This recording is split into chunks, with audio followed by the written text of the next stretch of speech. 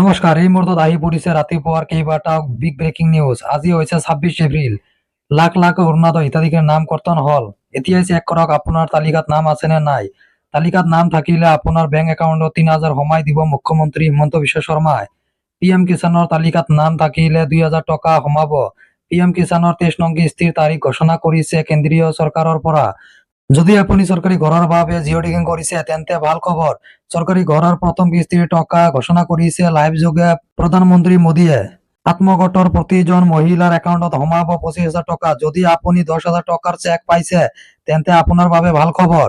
Ration card থাকিলে ১ মে'ৰ পৰা সোমাব ৪টা নতুন সামগ্ৰী। আপোনাৰ ৰেচন কাৰ্ড আছেনে?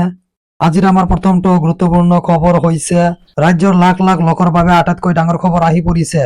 অসমত নতুনকৈ ৫,৪,০০০ লোকে পাব ৰেচন কাৰ্ড। অসমত নতুনকৈ ৫,৪,০০০ লোকে পাব ৰেচন কাৰ্ড। আপোনাৰ ঘৰত ৰেচন কাৰ্ড আছেনে? ৰেচন কাৰ্ড থাকিলে ৰেচন কাৰ্ডত চাউল, চেনি, দালি, নিমখৰ লগতে লাভ কৰিব মিঠাতেল।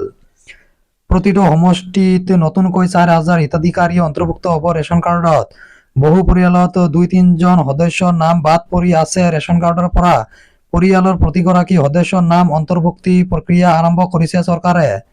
১২৬টা সমষ্টিতে নতুনকৈ ৪,০০০ হিতাধিকাৰীয়ে পাব ৰেচন কাৰ্ড। বুধবাৰলৈ সাজু হওক আপুনিও।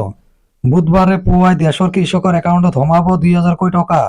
নতুন নিয়মেৰে এইবাৰ দেশৰ কৃষকৰ একাউণ্টত জমা হ'ব ধন।